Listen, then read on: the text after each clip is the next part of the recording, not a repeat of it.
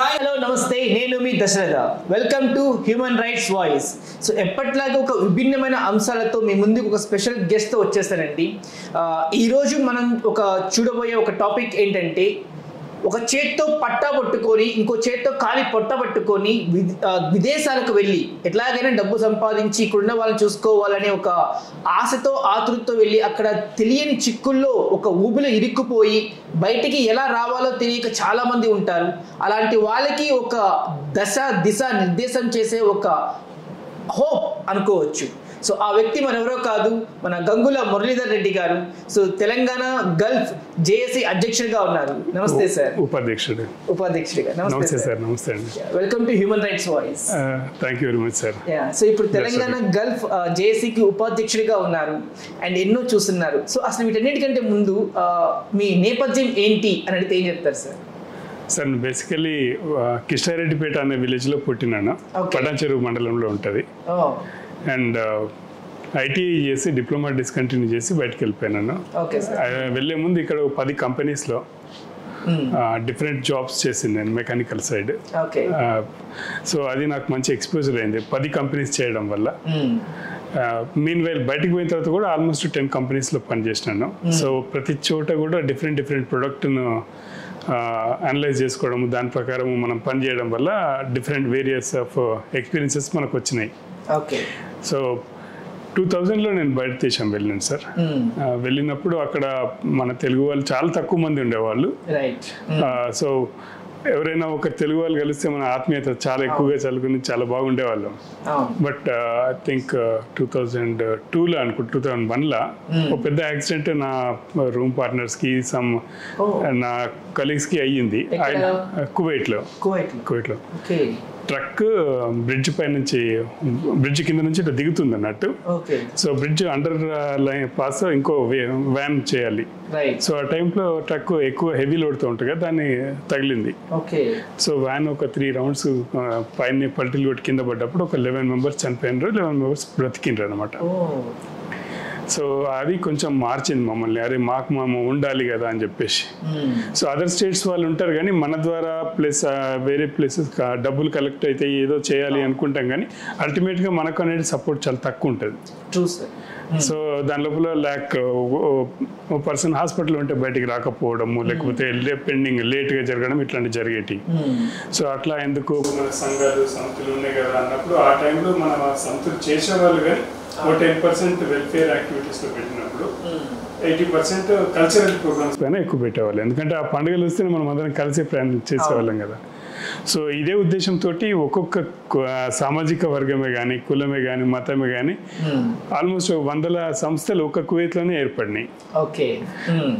అన్ని కలిసి పనిచేసే అవసరం ఉన్నప్పుడు ఈ ఒక ఆత్మీయతను పంచుకుంటా ఉంటే ఎంతో మంది ఒక కువైట్ అనే కదా, ప్రతి కంట్రీలో కూడా ఇప్పుడు సోషల్ మీడియా పెరగడమే కానీ దీనివల్ల ఎక్కువగా వెల్ఫేర్ యాక్టివిటీస్ జరుగుతున్నాయి, ఇన్కమ్ జరుగుతుంది, ఇబ్బందులు వస్తున్నాయి. అండ్ మన ఇండియా కూడా ఒక కువైట్ అనే కాదు, టోటల్ వరల్డ్ వైడ్గా ఫస్ట్ టైం ఇట్లా $125 రెమిటెన్సెస్ మన వాళ్ళ ఇంటికి పంపగలిగినారు. సో దీని ద్వారా మన ఇండియాకు బడ్జెట్లో 3% మనం షేర్ చేసుకోగలుగుతున్నాం. అంటే ఆల్మోస్ట్ 1,10,000 crore 1,11,000 crores మనము బడ్జెట్లో మన విదేశీయులు పంపించే అమౌంట్ తోటే బడ్జెట్ రన్ అవుతుంది. సో మీన్ వైల్ మన తెలంగాణకు కూడా 6,000 కోట్లు 5,950 కోట్లు ప్రతి సంవత్సరము జీడిపి లెక్క ప్రకారం చూసుకుంటే వస్తుంది. సో అందుగురించే వెనకటికి 2014లో కేసీఆర్ గారు పాత ముఖ్యమంత్రి గారు ఈ మాట చెప్పారు, దుబాయ్, బొగ్గుబాయి, బొంబాయి అక్కడిక్కడ అవసరం లేదు, మన దగ్గరనే మనం బతకొచ్చు అని చెబుతూ ప్రతి సంవత్సరము 500 కోట్ల బడ్జెట్ పెడతానని చెప్పిండ్రు. కానీ ఇది ఒక రాత్రిపూట కలలుగానే మిగిలిపోయింది అన్నట్టు. ప్రతిసారి కూడా ఎలక్షన్స్ మూమెంట్లో ఏదో ఒకటి చేయడము అట్లా చేస్తా పోయినరు. సో ఇదే ఎన్కరేజ్ చేసుకొని కాంగ్రెసే కానీ బీజేపీయే కానీ అదే 500 కోట్లు పెడతాము ఇంకా ఏవేవో చేస్తామని మేనిఫెస్టోలో పెట్టేసింది డైరెక్ట్. వాళ్ళకి అది తెలిసినప్పుడు పెట్టలేము అని అన్నప్పుడు పెట్టకూడదు. కానీ ఈసారి ఆ బడ్జెట్ అనేది కేవలం 10.7 crore మాత్రమే పెట్టారు. దీనివల్ల వాళ్ళు చేసే గొప్పతనం ఏంటిదంటే, నేను చేసినందుకు చాలా కృతజ్ఞతలు తెలియజేస్తున్నాను అన్ని సంఘాల తరఫున.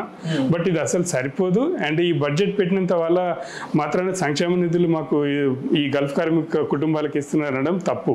రీజన్ ఏంటంటే ఆల్మోస్ట్ 4 కోట్ల ప్రజానికం ఉన్నారు మన వాళ్ళు ఓటర్స్. 4 కోట్లలో 1.5 కోటి మంది మన వాళ్ళే ఉంటారు తెలంగాణకు చెందిన తెలంగాణలో. సో ఈ 1.5 కోటి మంది బిగ్ షేర్ అవుతుంది. అండ్ స్కిల్ డెవలప్మెంట్ సెంటర్సే కానీ లేకపోతే మంచి ఎడ్యుకేషనల్ కానీ ఏవి పెట్టినా కానీ ప్రవాసీయులు అవసరం. ఎందుకంటే నీ సొంత ఊర్లో నువ్వు పుట్టినవాడు నీ ఊర్లో సంపాదించలేవు సార్. బయటకు వచ్చిన తర్వాత నీకు ఓ ప్లేస్లో ఉండి పేయింగ్ గెస్ట్గా ఉంటావా, లేకపోతే హాస్టల్లో ఉంటావా, కోర్సు నేర్చుకుంటావు, అప్గ్రేడ్ చేసుకుంటావు, పొద్దుటి పూట ఒక జాబ్ చేస్తావు, సాయంత్రం పూట ఇంకోటి నేర్చుకుంటావు, లేకపోతే డబుల్ జాబ్ చేస్తావు. ఇవన్నిటికీ నువ్వు నీ ఊరు నుంచి బయటకు వచ్చినట్టు నువ్వు ప్రవాసీయుడు అయినావు. సో అట్లాగే బయట దేశం పోతావు. ఆకలి అవసరం నేర్పిస్తుంది. ఎస్. అండ్ వీళ్ళు ఎప్పుడైతే ఊరు వదిలిపోయినరో ఊరిపైన ప్రేమ చూపిస్తారు, ఇంటి వాళ్ళపైన ప్రేమ చూపిస్తారు. సో ఆ విధంగా దేశానికే కానీ ఒక సైనికుడిగా పనిచేస్తున్నారు వీళ్ళు. మీన్ వైల్ మన ఇంటి వాళ్ళకు కూడా అండ్ ఊర్లలో కానీ ఒక ఎడ్యుకేషన్ సెంటర్స్కే కానీ స్కూల్స్కే కానీ డొనేషన్స్ చేయడమే కానీ మన గవర్నమెంట్ నుంచి వచ్చేది సున్నా sir. I mean to say మీరు మన వాళ్ళు ఇచ్చే డొనేషన్స్ ద్వారానే పలానా వల్ల స్కూలు అని చెప్పేసి జరుగుతుంది. సో ఇవన్నీ కూడా ఈ రెమిటెన్సెస్ తోటి ఇంత జరుగుతున్నప్పుడు వీళ్ళ మంచి అనుభవాన్ని మన వారికి షేర్ చేసేదానికే కానీ ఇక్కడ రిటర్నీగా వచ్చి ఉండి సెట్ చేసుకోవడానికే కానీ. రీజన్ ఏంటంటే ఒక 20 ఏళ్ళు ఒక ప్రవాసీయుడు బయట పనిచేసినప్పుడు అతని ఆస్తులు అతను చూసుకోలేడు. ప్రతి సంవత్సరంలో అతనికి వచ్చే సెలవు 15 రోజులే ఉంటుంది, మా అంటే నెల రోజులు ఉంటుంది. ఆ నెల రోజుల్లో అతను అన్ని కొన్ని తన స్థలాల చుట్టూ ఫెన్సింగ్ వేసుకోవడమే కానీ ఇంటి చుట్టూ కొన్ని ఏవో హాస్పిటలైజేషన్స్ చేయలేడు. గవర్నమెంట్ ఆఫీసెస్లో మనకు తెలియదు ఏం లేదు, పనులేమి సరిగ్గా జరగవు. సో దీనివల్ల తనకు చాలా ఇబ్బందులు అవుతున్నాయి ప్రవాసీలకు. వీళ్ళని కంటికి రెప్పలాగా చూసుకోవాల్సిన అవసరం ప్రభుత్వాలకు ఉన్నాయి. కానీ వాదన ఇచ్చిన ప్రకారము, మాట ఇచ్చిన ప్రకారం 500 కోట్లు అనేది పక్కన పెడితే 10.7 కోట్లు ఇవ్వడం వల్ల మనకు జరిగే నష్టం ఏంటిదంటే, ఎలక్షన్స్లో పోయినప్పుడు అన్ని ప్రభుత్వాలు కూడా ఈ చనిపోయిన కుటుంబాల తల్లులను కానీ బిడ్డలను కానీ తీసుకెళ్ళి అడ్వర్టైజ్మెంట్ చేస్తున్నాం, మేము మీకు అన్ని చేస్తామని చెప్పేసి. కానీ రియాలిటీకి వచ్చేస్తే కండిషనల్ సపోర్ట్ చేస్తున్నారు. అంటే అక్కడ నీకు జాబ్ ఉంటేనే నీకు అమౌంట్ ఇస్తాము ఇక చనిపోయినప్పుడు ఆ కుటుంబానికి, లేదనుకుంటే అదే వ్యాలిడ్ వీసా ఉండడమే కానీ, లేదనుకుంటే ఇక్కడ వచ్చిన తర్వాత ఈ పలానా రోజు నుంచే మేము ప్రభుత్వంలోకి ఎక్కినాము, సో ఇప్పటి నుంచే ఇస్తామంటారు. మరి వాళ్ళని ఎందుకు వాడుకున్నాం మనం, పాత వాళ్ళని? మరి వాళ్ళు వీళ్ళు 2 కళ్ళే కదా మనకు, మన ప్రజలే కదా. కాబట్టి నువ్వు 5 లక్షల ఎక్స్క్రేషన్ ఎవరికైతే ఇస్తున్నావు, లక్షలన్నీ చేత కదని చెప్పేసేయచ్చు మనం. లేదనుకుంటే అందరికీ ఇచ్చిన మాట ప్రకారం అందరికీ ఇచ్చేసేయాలి. 2014 నుంచి ఒక 2000 మంది చనిపోయి ఉంటారు. సో ఇది చాలా బాధాకరమైన విషయం. సో మీన్ వైల్ మన ఇంటికి వచ్చిన కార్మికులు ఉంటారు, వాళ్ళు సెట్ కావాలనుకుంటారు. సెట్ కావాలి అనుకున్నప్పుడు ఇక్కడ ఎస్టాబ్లిష్ చేసుకోవాలి వాళ్ళ వ్యాపారము లేకపోతే స్కిల్ అప్ ఏదో ఒకటి. సో వాళ్ళని ఏ విధంగా చూస్తున్నాం, వాళ్ళ ఇప్పుడు కేంద్ర ప్రభుత్వంలో మాత్రము అట్లా వచ్చే వాళ్ళకి స్వదేశ్ అనే ఒక సంస్థ ద్వారా, ఐ మీన్ ఒక సపరేట్ వింగ్ తోటి వాళ్ళ స్కిల్స్ ఏంటి, వాళ్ళకున్న ఎక్స్పీరియన్సెస్ ఏంటి, వాళ్ళ రెజ్యూమ్స్ మళ్ళీ తీసుకొని మళ్ళీ బయటికి పంపడమా లేకపోతే ఇక్కడ ఏమైనా చేయాలని చెప్పేసి అది పెట్టింది. కానీ దాని నుంచి కార్యరూపం దాల్చింది మాత్రం ఎక్కడ కనిపిస్తలేదు. సేమ్ టైం మన ఆంధ్రప్రదేశ్ లోపల APNRTS అనే సంస్థను పెట్టిండ్రు. ఆ సంస్థ చాలా బాగా రన్ అవుతుంది సార్. రన్ అవుతుంది, ఇంకా చాలా అప్గ్రేడ్ అవ్వాలి అది కూడా. అంటే ఇదివరకు దాని ద్వారా చాలా బాగా జరిగినాయి. ఇప్పటికీ ఆ NRI శాఖ మార్చిలు చాలా మంచి రెస్పాన్సెస్ ఇస్తున్నారు. చిన్నగా మనం మెయిల్ పెట్టినా కానీ అది చాలా సంతోషకరమైన విషయం. శ్రీనివాస్ గారు అయితే ఆంధ్రప్రదేశ్కి వచ్చేసరికి APNRTS ఈ సంస్థ పెట్టడం వల్ల వాళ్ళకు ఒక ప్రవాస ఆంధ్ర బీమా యోజన అని ఒకటి పెట్టిండ్రు. మన వాళ్ళు ఇక్కడ నుంచి బయటకు పోయేటప్పుడు స్టూడెంట్సే కానీ ఎంప్లాయీసే కానీ ఎవరైనా బయటకు పోయేటప్పుడు వాళ్ళకు ఒక చిన్న బీమా అనేది చేయాలి. ఆ బీమా చేయడం వల్ల ఏదైనా మంచి చెడ్డ అయినప్పుడు అక్కడ ఎంప్లాయర్తోనే కానీ స్పాన్సర్తోనే కానీ ఇంకా అనుకోని ఇబ్బందులు అయినప్పుడు ఆ బీమా ద్వారా వాళ్ళకు రిటర్న్ టికెట్ వస్తుంది. వాళ్ళకి ఒకవేళ మీరు మీ ఫ్రెండ్స్ అక్కడ యాక్సిడెంట్ చనిపోయారు చెప్తున్నారు సార్, చనిపోయినప్పుడు ఆ యుఏఈ గవర్నమెంట్ అనేది ఆ గవర్నమెంట్ అక్కడ దాంట్లో చనిపోయినప్పుడు కొంత అమౌంట్ అనేది ఇస్తూ ఉంటుంది. అది ఎంత ఉంటుంది, ఆ గవర్నమెంట్ ఎలా ఇస్తూ ఉంటుంది సార్ అమౌంట్ అనేది? ట్రూలీ నాకు దాని గురించి తెలియదు సార్, ఇప్పుడే ఫస్ట్ టైం వింటున్నాను నేను, క్లారిటీగా చెప్తున్నాను. అయితే మన వాళ్ళు చనిపోయినప్పుడు ఎక్కువగా అయితే మన వాళ్ళే డబ్బులు పెట్టుకోవడం కానీ కేంద్ర ప్రభుత్వం పెట్టడం మాత్రమే జరుగుతుందని నాకు తెలుసు. కేంద్ర ప్రభుత్వం అంటే కొన్నిసార్లు ఇండియన్ కాన్సులేట్ వాళ్ళకు హాయిగా రిక్వెస్ట్ చేసినప్పుడు ఇతను అండర్ బీపీఎల్ అంటే బిలో పవర్టీ లెవెల్ ఈ ఫ్యామిలీ అని చెప్పి ఎవరైనా రికమెండ్ చేస్తే డెఫినెట్గా వాళ్ళకి డబ్బులు ఇస్తారు. అంటే అక్కడ గవర్నమెంట్ వాళ్ళకి ఇన్ని ధీరమ్స్ ఒక పాలసీ ఉంటుంది అనమాట. అక్కడ చనిపోయినప్పుడు ఆ పాలసీ ప్రకారమే వాళ్ళకి ఇవ్వటం ఉంటుంది. ఇక్కడ నుంచి ఎవరికైనా మనకి పవర్ ఆఫ్ అటర్నీ ఇస్తే వాళ్ళు అక్కడ కేసెస్ లో వాయిదాలకు అటెండ్ అయ్యి ఆ కేసు అంతా సాల్వ్ అయిపోయిన తర్వాత అక్కడ గవర్నమెంట్ నుంచి రిలీజ్ అయ్యే ఫండ్ ఉంటుంది. అది రిటర్నీస్ గురించా చనిపోయిన వాళ్ళ చనిపోయిన వ్యక్తికి ఫస్ట్ టైం వింటున్నాను నేను ఇది. అంటే వాస్తవానికి ఏంటంటే అక్కడ ఇప్పుడు ఒక సెలబ్రిటీ శ్రీదేవి లాంటి ఒక సెలబ్రిటీ అక్కడ చనిపోతేనే ఇండియాకి తీసుకురావడానికి ఆల్మోస్ట్ కొన్ని రోజులు పట్టింది సార్. ఇప్పుడు ఒక కార్మికులు ఒకవేళ తెలియక ఏదో ఒక వెళ్ళి అక్కడ ఏదో దాన్ని ఎదుర్కొని ఏదైతే వాళ్ళ పరిస్థితి ఏంటి సార్? వాళ్ళు అటు వెళ్ళగానే ఫస్ట్ ఎవరైనా సరే ఈ మైగ్రేట్ సిస్టమ్ అనేది ఉంటుంది, దాని ద్వారా వెళ్ళాలి. విజిట్ వీసా ఇయ్యగానే దాన్ని చూసుకొని నాకు వీసా వచ్చింది ఇంత డబ్బులు కట్టాలి అనేది కాకుండా ఈ మైగ్రేట్ సిస్టంలో వెళ్ళడం వల్ల నేను అన్ని రకాల లింక్డ్ సంస్థలు గమనిస్తాయి. అంటే ఇక్కడ ఉన్న ఏజెంట్ గమనిస్తాడు, మీరు గమనించుకోవచ్చు, మీ స్పాన్సర్ గమనిస్తారు, అండ్ అక్కడున్న ఇండియన్ కాన్సులేట్ తెలుస్తుంది, మన దగ్గర ఉన్న ఎంఈఏకి తెలుస్తుంది. ఈ విధంగా అన్ని లింక్ అయి ఉంటాయి అన్నమాట. అండ్ మీన్ వెల్ వీళ్ళ విజిట్ చాలా మంది యూఏకి పోయేటప్పుడు నాకు తెలిసి విజిట్ వీసా మీద వెళ్తున్నారు, ఆ తర్వాత జాబ్స్ తెచ్చుకుంటున్నారు. బట్ అదర్ కంట్రీస్ లో మాత్రం జాబ్ మీదనే వెళ్తారు. జాబ్ మీద వెళ్ళినప్పుడు ఆ జాబ్ కూడా వాళ్ళ కంట్రీ లాంగ్వేజ్ లో ఒక సైడ్ రాసి ఉంటే ఇంకో సైడ్ లోపల మన ఇంగ్లీష్ లో రాసి ఉంటుంది. సో అటువంటిది అక్కడున్న ఛాంబర్ ఆఫ్ కామర్స్ ద్వారా కానీ ఎక్కడైనా ఒక సీల్ పడ్డ తర్వాత నెక్స్ట్ లెవెల్లో ఇండియన్ కాన్సులేట్ వాళ్ళు రిజిస్టర్ చేసుకున్న తర్వాతనే అది జాబ్ వాళ్ళకు వచ్చినట్టుగా ఒక అభిప్రాయంకి వస్తాం సార్. ఇవేం లేకుండా పోతే ఇబ్బందులు అవుతాయి. ఇప్పుడు మన ప్రభుత్వం చూస్తుంటే ప్రవాసీలకి కొన్ని హామీలు కొన్ని పథకాలను తీసుకొస్తూ ఉంది. ఎందుకని వాస్తు రూపం దాల్చట్లేదు? ఎందుకని ప్రభుత్వ పథకాలు అమలు కావట్లేదు సార్? Vote banks. అంతేగాని నిజం చెప్తే ఇప్పుడు 1983లో కేంద్ర ప్రభుత్వం తీసుకొద్దాం. 1983కి ద ఎమిగ్రేషన్ యాక్ట్ అని ఉన్నది. అది ఇప్పటికి 42-43 ఏళ్ళు అవుతుంది. అప్పుడు పాపులేషన్ తక్కువ ఉంది వెళ్ళడానికి, ప్రవాసీలదే కానీ స్టూడెంట్సే కానీ అంతా. బట్ జరుగుతున్న చీటింగ్స్కే కానీ అనుకోని ఇన్సిడెంట్స్కే కానీ వీటన్నిటికీ వాళ్ళు సెట్ చేసుకోలేక ఈ 1983 ప్రకారం అన్ని రూల్స్ పెట్టేసి దాని ప్రకారం పోదామని పోయినరు. బట్ ఇప్పుడు పాపులేషన్ పెరిగిపోయింది and different type of wings చాలా పెరిగిపోయినాయి. సో వీటన్నిటికీ తగ్గట్టుగా మళ్ళీ ఎవ్రీ ఇయరా లేకపోతే 2 years 5 yearsకి ఒకసారి ఆ యాక్ట్ అనేది చేంజ్ అవ్వాలి కదా. 2019లో ఒకసారి, 2021లో ఒకసారి ద ఎమిగ్రేషన్ బిల్ అనేది డ్రాఫ్ట్ బిల్ అనేది పెట్టిండ్రు. కానీ అది ఏమైందో తెలియదు. బట్ అది వస్తే ఈ ఏజెంట్ల మోసాలు అని అంటాం కదా, యాక్చువల్గా ఏజెంట్ల మోసాలు ఉన్నాయి సార్. అంటే ఏజెంట్ల వల్ల ఎటువంటి మోసాలు జరగదు సార్, అంటే ఎలా నివారించవచ్చు వాటిని? ఏజెంట్ల వల్ల మోసాలు అంటే సబ్ ఏజెంట్స్ దగ్గరికి వెళ్ళొద్దు సార్. యాక్చువల్గా ఒక ఏజెంట్ దగ్గరికి 100 మంది ఎలక్ట్రీషియన్స్ కావాలి అన్నప్పుడు ఆ ఎలక్ట్రీషియన్స్ టెస్ట్ చేసి, టెస్ట్ అంటే ఒక ఎలక్ట్రీషియనే ఉన్నాడు సార్, ఆ ఎలక్ట్రీషియన్ టెస్టర్ పెట్టుకుంటే ఎలక్ట్రీషియన్ కాడు, సర్టిఫికేట్ తీసుకున్నంత స్కిల్డ్. ఒక కేబుల్ జాయింటర్ అని అంటారు. అంటే ఇక్కడ నుంచి ఎంత పవర్ వస్తుందో అక్కడికి అంతే పవర్ వెళ్తుందో అలా చెక్ చేసుకునే శక్తి ఉంటే అతను కొద్దిగా పర్ఫెక్ట్ ఉంటాడు. అండ్ నంబర్ ఆఫ్ వింగ్స్ ఉంటాయి దాని లోపల. ప్యానల్ బోర్డ్కి సంబంధించిన వాళ్ళు ఉంటుండొచ్చు, ఓన్లీ మెయింటెనెన్స్ సంబంధించిన ఎలక్ట్రీషియన్స్ ఉండవచ్చు.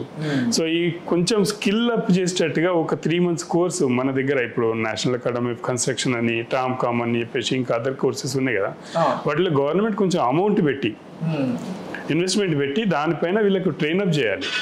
అది ట్రైనప్ లేకుండా వీళ్ళు ఇట్లా పోయినప్పుడు ఈ 100 మంది లోపల 90 మంది అన్ఫిట్ ఉంటారు సార్.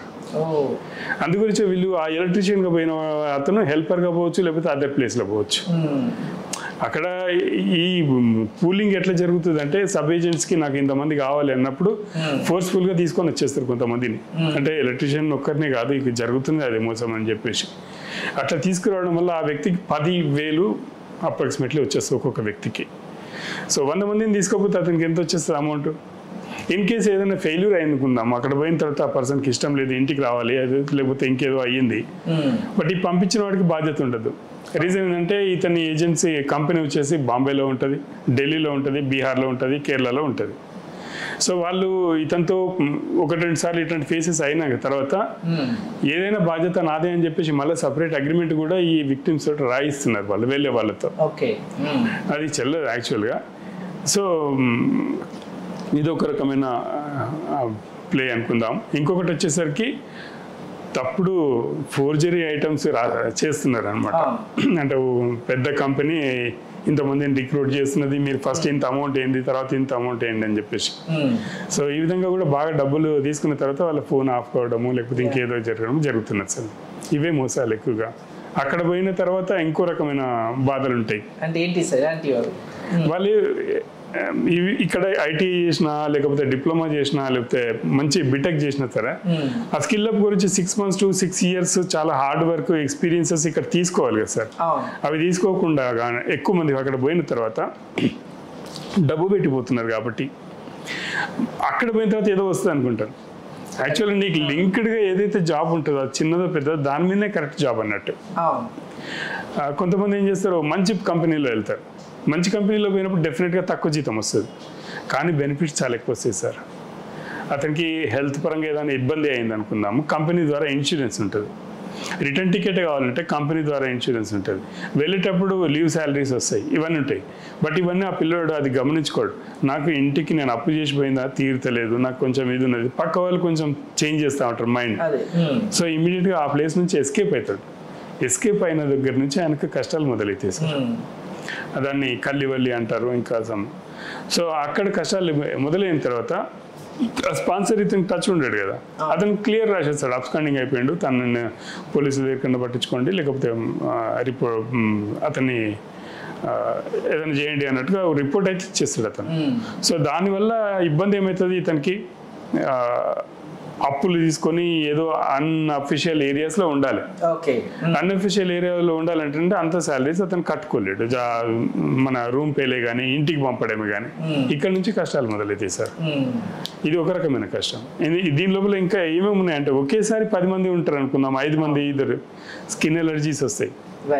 మెడికల్గా ఏమున్నా కానీ ప్రతిసారి ఎక్కడ మెడికల్ పోతాము, ఆర్ఎంపీ టైప్లో ఎవరో ఉంటారు, వాళ్ళ దగ్గర నుంచి తీసుకుంటా ఉంటారు.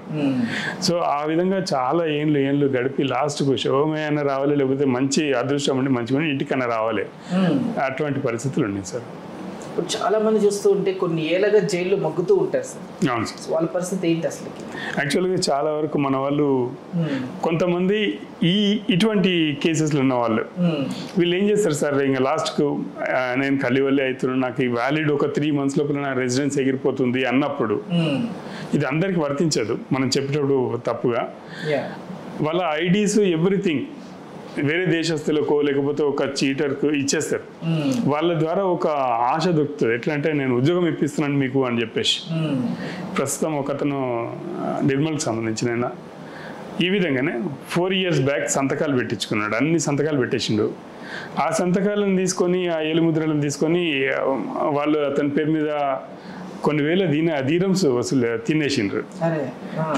ఇతనికి ఫోన్ అందరు ఎవరో ఏమో ఇతనికి చెప్పలేదు. సో ఎప్పుడైతే పోతున్నాడో ఆ టైంలో అతను అరెస్ట్ అవుతున్నాడు, జైల్లో పడుతున్నాడు. అది అయిపోయి మళ్ళీ బయటకు వచ్చి ఇంకోసారి పోయేసరికి మళ్ళీ జైల్లో పడుతున్నాడు. ఇట్లా కొన్నిసార్లు వాళ్ళ ఎగ్జామ్షన్స్ లోపల ఎప్పుడో ఒకసారి 15 రోజులు జైల్లో ఉండి ఇట్లా ఇదంతా న్యూసెన్స్ కేసు అని చెప్పేసి పంపించిన రోజులు చాలా ఉన్నాయి. కానీ ఎవ్రీ టైం అది కాదు కదా. దీనివల్ల అతనికి సఫర్ ఎక్కడైతుందంటే ఉన్న ఫ్యామిలీ బీపీఎల్ కంటే ఇంకా డౌన్లోకి వెళ్ళిపోతుంది. అండ్ ప్రభుత్వం ఎక్కడ కేర్ చేసే అవకాశం ఉండదు వీటిపైన, మనకు కన్ను పెట్టడానికి అని చెప్పేసి. ఇట్లా చాలా మంది దీంట్లో అవుతున్నారు సార్. Right sir. సో ఇప్పుడు చాలా మంది బ్రింగ్ బ్యాక్ కావచ్చు, ఇక్కడికి రావడానికి కావచ్చు, అక్కడికి వెళ్ళి అంటే ఇక్కడ నుంచి ఏదో మెయిట్స్ గానో లేదా ఇంకొక ఉపాధి మీద వెళ్తారు. అక్కడికి వెళ్తే అది ఉపాధి అది కాకుండా వాళ్ళు చూయించింది కాకుండా వేరే ఏదో చేయించి ఇరుక్కుంటారు. మనం రీసెంట్గా చూస్తే చాలా మంది లోకేష్ గారికి కూడా సెల్ఫీ వీడియోస్ పంపించడం, అక్కడ ఉండలేక వాళ్ళ వర్కింగ్ అవర్స్ తట్టుకోలేక ఆ టెంపరేచర్స్ ఆ బాధలు పడలేక బ్రింగ్ బ్యాక్ హోమ్ హ్యాష్ట్యాగ్ చాలా జరిగినవి. సో ఈ మేజర్గా what are the challenges you face while bringing them back to home sir? Authenticated documents ఒకటి, స్పాన్సర్ ఒకటి. Okay sir. స్పాన్సర్ సరిగ్గా సపోర్ట్ చేస్తే బ్రింగ్ బ్యాక్ హోమ్ చాలా ఈజీ సార్. ఓకే. ఇక్కడ నుంచి మనకు లోకేష్ గారు ఆయన టీం బాగుంది యాక్చువల్గా. అంటే అడగగానే ఇప్పుడు జస్ట్ తన అట్లా టీం చేసి పెట్టుకోవడం వల్ల ఆల్మోస్ట్ 5 to 10 నా దృష్టిలోనే మంచిగా చేయగలిగినారు. అండ్ ఓన్లీ మన సైడ్ తప్పనిసరిగా ఇక్కడ నుంచి ఒక ఫోన్ అనేది ఆ ప్లేసెస్కి వెళ్ళాలి, స్పాన్సర్స్ తోటి మాట్లాడుకోవడం, లేకపోతే అక్కడ ఉన్న వాలంటీర్స్కి మనం నేర్పించగలగాలి. భాష అనేది రావాలి సార్ మనకు. ఓన్లీ ఇంగ్లీష్ వస్తే సరిపోదు. బయట దేశం వెళ్తున్నప్పుడు అరబిక్ కూడా లాంగ్వేజెస్ చాలా ఈజీ. మనం నేర్చుకోక మనసు పెట్టక ఫెయిల్ అవుతున్నాం మనం ఏ కంట్రీకి వెళ్తే. ఇప్పుడు మన ఏరియాస్లో మనం మాట్లాడేటప్పుడు తమిళ్ అనేది కానీ కేరళ కానీ చాలా ఇంపార్టెంట్. మలయాళం మనం టచ్ చేయము, కనీసం విని అర్థం చేసుకుంటే వాళ్ళకు రెస్పాండ్ ఈజీగా కాగలుగుతాం. సేమ్ థింగ్ ఇక్కడ లాంగ్వేజ్ వల్ల స్టార్టింగ్లో ఇబ్బంది అవుతుంది. సెకండ్ కుక్గా వెళ్తారు మన వాళ్ళు. ఇక్కడ ఎప్పుడు వాళ్ళకి స్టైల్ లోపల వండరు, ఇబ్బంది అక్కడ మొదలవుతుంది. అక్కడ సీనియర్ మెయిట్స్ ఉంటారు, సీనియర్ ఎంప్లాయీస్ ఉంటారు. వాళ్ళ పొజిషన్ గురించే కానీ లేకపోతే పైనుంచి వాళ్ళ ఇన్స్ట్రక్షన్స్ ప్రకారం కానీ వీళ్ళని సతాయించడం మొదలు పెడతారు. ఇది వీళ్ళు హరాజ్కు గురవుతారు. దానివల్ల ఇంటికి రావాలనుకుంటారు. మీన్వైల్ కొంతమంది ఇప్పుడు దుబాయ్లో ఒక 23 మంది ఎంప్లాయీస్ వెల్డర్స్గా పోయినారు. వెల్డర్స్గా పోయినప్పుడు అది పర్సూ చేసేటప్పుడు చాలా ఇబ్బంది అయింది. వాళ్ళకు టెస్టింగ్ చేసినప్పుడు ఇక్కడ నుంచి వైజాగ్లో ఇట్లాంటి కొన్ని బోగస్ ఇన్స్టిట్యూట్స్ ఉన్నాయి, ఇప్పటికి ఉన్నాయి. అవి ఏం చేస్తున్నాయంటే వెల్డర్ అని చెప్పేసి అక్కడ పంపిస్తున్నాయి. బట్ అక్కడ పోయేసరికి వాళ్ళకి అది వస్తలేదు, ట్యాగ్ కూడా దేనికి వస్తారా తెలియదు. I mean actually real welders కొంతమంది ఎట్లా అంటే సముద్రంలో పోయి వెల్డింగ్ చేసేవాడు కూడా ఉంటాడు. సో కొంచెం ధైర్యంతో మంచి స్కిల్గా వాటిపైన పట్టు ఉన్నది నేను పోగలను అన్నప్పుడు డెఫినెట్గా వాళ్ళు అక్కడ పోతే సర్వైవ్ అవుతారు. అది కాకుండా ఉన్నప్పుడు వాళ్ళకి ఏ చిన్న పోస్ట్ ఇచ్చినప్పుడు వాళ్ళు అక్కడనే మనసు చిన్నబడి వీక్నెస్ లోబడి ఒక్కసారి మనసు విరిగిపోయిందంటే ఇంకేం చేయలేదు. అండ్ వాళ్ళ మీద వీసాలకి ఇదివరకేమో వీసాలు ఇచ్చి తీసుకెళ్ళేవాళ్ళు ఫ్రీగా. ఇప్పుడు ఏమైంది, వీసా అనేది బిజినెస్ అయిపోయింది వాళ్ళకు. మా కోవిడ్ పీరియడ్లో 9,000 కోట్లు ఓన్లీ గల్ఫ్ కంట్రీస్ లోపల మన వాళ్ళు అక్కడ సంపాదించి అక్కడే ఇచ్చేసారు అప్రాక్సిమేట్లీ మనం వేసిన లెక్క ప్రకారం. రీజన్ ఏంటంటే మీరు అన్నట్టుగా ఒక 1 year అతను నెక్స్ట్ ఇయర్ స్టే అవ్వాలి అక్కడ. దానికోసం ఒక ఫీ కట్టాలి అక్కడున్న స్పాన్సర్కి. యాక్చువల్లీ స్పాన్సర్ అనేటివి ఉంటే స్పాన్సర్ దగ్గరనే పనిచేయాలి సార్. స్పాన్సర్ దగ్గర వీసా కొనుక్కొని ఇంకో దగ్గర పోతున్నా అంటే దాని అర్థం ఏంటిది? అతను ఇతని హెల్త్ గురించి కేర్ చేయడు అంటే ఇతను ఎక్స్ట్రాగా డబ్బులు మెడికల్కి ఇతను సంపాదించుకోగలగాలి. ఆ స్పాన్సర్ అనేవాడు కానీ కంపెనీ అకామిడేషన్ ఇవ్వదు, ఫుడ్ పెట్టదు. సో ఇవన్నీ ఇతను కేరింగ్ చేసుకోవాలి, ప్లస్ ఇంటిని చూసుకోవాలి. మీన్వేల్ ఇతను మంచి అయినా చెడ్డ అయినా కానీ ఇంటికి రావాలంటే టికెట్స్ ఎవ్రీ ఇయర్ 1.5 year 2 yearsకి వస్తాయి కదా, అవి రావు. పెయిడ్ హాలిడేస్ అనేవి ఉండవు. ఈ పర్సన్కి ఎన్ని రకాల ఇబ్బందులు ఉన్నాయి. ఇవన్నిటిని చూసుకుంటే ఇతని అప్పులను దృష్టిలో పెట్టుకొని పక్కనున్న స్నేహితులు అందరి గురించి మాట్లాడతలేను 10% ఇంట్రెస్ట్కి ఇస్తున్నారు, మన వాళ్ళే ఇస్తున్నారు. ఇది నిజం. కొంచెం ఎవరైనా మెర్సీనెస్ చేస్తే మినిమం 4% ఇస్తారు, అంతకంటే తక్కువైతే ఇయ్యరు. దీనివల్ల ఎంత అమౌంట్ ఇతను సంపాదించి ఏం చేసి అక్కడ ఉండాలి సార్? ఇది ట్రూ, ఇది కువైట్లో జరుగుతుంది ఇది. సో ఇవన్నీ కంట్రోల్ చేసుకోవాలంటే మెయిన్ మన కేంద్ర ప్రభుత్వం అనేది ఫస్ట్ ఇమిగ్రేషన్ బిల్ అని ఉన్నది కదా, అది క్లియర్ పెట్టేసేయాలి. ఇప్పుడు పెడితే దాని నుంచి కొంచెం ఈ ఏజెంట్స్ల వ్యవస్థనే కానీ అక్కడున్న స్పాన్సర్ వ్యవస్థనే కానీ అన్నీ సెట్ అవుతాయి. మీన్వైల్ మన రాష్ట్ర ప్రభుత్వాలు స్పెషల్గా స్కిల్ అప్ చేయడానికే కానీ అక్కడున్న మంచి మంచి ఎక్స్పీరియన్స్డ్ పర్సన్స్ని ఇక్కడ తీసుకురాని అవసరం లేదు. వాళ్ళు ఇష్టపడి వాళ్ళు అక్కడే ఉంటారు. ఫ్రీగా వాలంటీర్గా వచ్చి ఆంధ్రప్రదేశ్ ప్రభుత్వంలో ఉన్న గొప్పతనం ఏంటంటే ఏపీఎన్ఆర్టీఎస్లో అందరికీ అక్కడున్న బయట ఉన్న వాళ్ళకి అందరికీ మెంబర్షిప్ ఇప్పించింది రిగార్డ్లెస్ ఆఫ్ పార్టీస్. దానివల్ల ఏమైందంటే అతను నేను ఒక సంస్థకు మెంబర్ని కదా అని చెప్పేసి వెళ్ళి పని చేస్తాడు, ఆ పేరు గురించి కొట్లాడుకోకుండా. బట్ ఇక్కడ ఇంకా తెలంగాణలో ఈ సంస్థలు అనేటివి పుట్టలేవు. ఒక పని చేస్తే క్లాష్ అవుతుంది ఆ పని. ఒక డెడ్ బాడీని తీసుకొని వస్తున్నాం అనుకున్నాం, మోర్టల్ రిమైన్స్ మన తీసుకొని వచ్చేటప్పుడు ఆ బాధితుడు కలిసిన వాళ్ళకి అందరికి చెప్తాడు పని తొందరగా కావాలని. నీకు చెప్పినప్పుడు నువ్వు ఒక పని చేస్తుంటావు, నాకు చెప్పిన నేను ఒక పని చేస్తాను. సైట్లో పోయే వాళ్ళు ఒకరు ఉంటారు, ఆఫీస్లో డిస్కస్ చేసే వాళ్ళు ఒకరు ఉంటారు, వాళ్ళకి క్లాషెస్ వస్తూ ఉంటాయి. ఇవన్నీ పోవాలి అంటే త్రూ ఛానల్స్ ప్రతి ఒక్క అసోసియేషన్ని కానీ ప్రతి పర్సన్ని రికగ్నైజ్ చేసి రెస్పెక్ట్ ఇచ్చేసి దాని మీద లాంగ్వేజ్ ట్రైనప్ చేసి, ఇప్పుడు ఏ కాన్సులేట్లో చూసినా కానీ సౌదీ అరేబియాలో కానీ సమ్వేర్ ఎల్స్ కువైట్లోనే కానీ మన వాళ్ళు అరబిక్ రైటింగ్స్ లోపల అరబిక్ లాంగ్వేజెస్లో చాలా తక్కువ మంది ఉన్నారు. సో మనం టేకప్ కేసు చేసినా కానీ దాన్ని తీసుకెళ్ళి ఇంకొకరికి అప్పచెప్పాలి సార్. అప్పచెప్పినప్పుడు ఆ కేసు వాళ్ళే చేయాల్సి వస్తుంది. అదే మనమే ఉంటే ఇంకెంత ఈజీగా చేయగలుగుతాం పనులు. ఈ ఫెయిల్యూర్స్ ఉన్నాయి సార్. అండ్ ఈ పెట్టుబడులు ఏవైతే పెడుతున్నామో ఇక్కడ ఈ గల్ఫ్ కార్మికులు ఏదో తింటున్నారు, గల్ఫ్ అని ఎందుకంటున్నామంటే యాక్చువల్గా గల్ఫ్లో ఎక్కువ మంది క్లైమేట్ చేంజెస్ వస్తాయి. పొద్దుగల ఒక రకంగా ఉంటుంది, సాయంత్రం ఒక రకంగా ఉంటుంది, ఇంటికి దూరంగా ఉంటాడు, ఒక్కడే బ్రతుకుతాడు. వెస్ట్రన్ కంట్రీస్లో చాలా మంది ఉంటారు. సో మెంటల్ పీస్ పర్పస్ లోపల ఎప్పుడైనా కొంచెం ఆల్కహాలిక్ అయినా అవ్వచ్చు, చెప్పలేము. అండ్ మీన్ వైల్ అతనికి హాస్పిటలైజేషన్ ఇంట్రెస్ట్ చూపించారు జనరల్గా, పోయేసి ఏమవుతుందని చెప్పేసి. సో ఒకే రోజు అతనికి అటాక్ అవుతుంది. అట్లా మీరు ఎన్ని కేసెస్ చూస్తే అన్ని కూడా కార్డియాటికే కనిపిస్తాయి మ్యాక్సిమం. అండ్ ఈ కేసెస్ సాల్వ్ చేసే వాళ్ళు మనం ప్రభుత్వం తరఫున ఒక బోర్డ్స్ అనేది క్లియర్ పెట్టుకుంటే ఆ బోర్డు నుంచి ఒకరు చనిపోయినరు, అతనికి ఇన్సూరెన్స్ మనీ రావాలి. రోడ్ యాక్సిడెంట్ అయిందనుకోండి 40 లక్షలు రావాలి. కొట్లాడేవాడు లేడు. సో ఒక లాయర్ పోయి కొట్లాడిండు అనుకున్నాం, 50% అమౌంట్ అడ్వకేట్కి వెళ్ళిపోతుంది. సో లాసెస్ అనేటిది ప్రభుత్వము ఇగ్నోరెన్స్ వల్ల మామూలు వ్యక్తులకు జరుగుతున్నది. అట్లా సేమ్ ఇప్పుడు మెయిడ్సే ఉన్నారు, లేకపోతే ఇక్కడ నుంచి డ్రైవర్సే ఉన్నారు, వీళ్ళందరూ ఇంటికి వచ్చేటప్పుడు లాస్ట్కు ఫైనల్స్గా ప్రతి ఎంప్లాయీకి వేజ్ థెఫ్ట్ అనేది జరుగుతున్నది. వేజ్ థెఫ్ట్ ఎవ్రీ మంత్ ఇంత అమౌంట్ అనేది ఇవ్వాలి. లాస్ట్కి వస్తే 5 years వచ్చేసరికి ఇంత ఇండెమ్నిటీ అనేవి వస్తాయి. అంత లోపల కంపెనీ ఏదో ఎత్తేసేయడం ఏదో చేస్తారు. ఆ టైం లోపల ఇతనికి ఎట్లా కావాలి? ఆ లాస్ట్ మనీ గురించి కదా ఇతను ఇంకో 20 రోజులు ఎక్కువ పని చేస్తే నాకు డబ్బులు వస్తాయి, ఇంటికాడ ఇంట్లో పెళ్లి చేయొచ్చో ఏదని ఉంటుంది. ఈ లాసెస్ అనేవి కూడా కవర్ చేసుకోవాలన్నప్పుడు, ఈ కేసెస్ కొట్లాడాలన్నప్పుడు మన బోర్డు ఏర్పడితేనే జరుగుతుంది. కానీ ప్రత్యేకంగా నువ్వు ఒకరి కేసు చేయి, నువ్వు నా వెంబడి తిరుగుతున్నావు, నేను నీకు ఇది అంటానంటే కేవలము నీ అడ్వర్టైజ్మెంట్ చేయడానికే, ప్రభుత్వం అడ్వర్టైజ్మెంట్ చేయడానికే తప్పితే రియల్గా పని జరగదు. అందుగురించే ఇప్పుడు రాష్ట్ర ప్రభుత్వానికి 11,000 కోట్లు వస్తుంది. 5,950 కోట్లు ప్రతి సంవత్సరం ట్యాక్సెస్ కట్టంగా, రెమిటెన్సెస్ పంపించిన ట్యాక్సెస్ పట్టంగా తెలంగాణ రాష్ట్ర ప్రభుత్వానికి వస్తుంది జీడిపి వాటా ప్రకారం. మనం అడిగేది 500 కోట్లు పెట్టమంటున్నాం.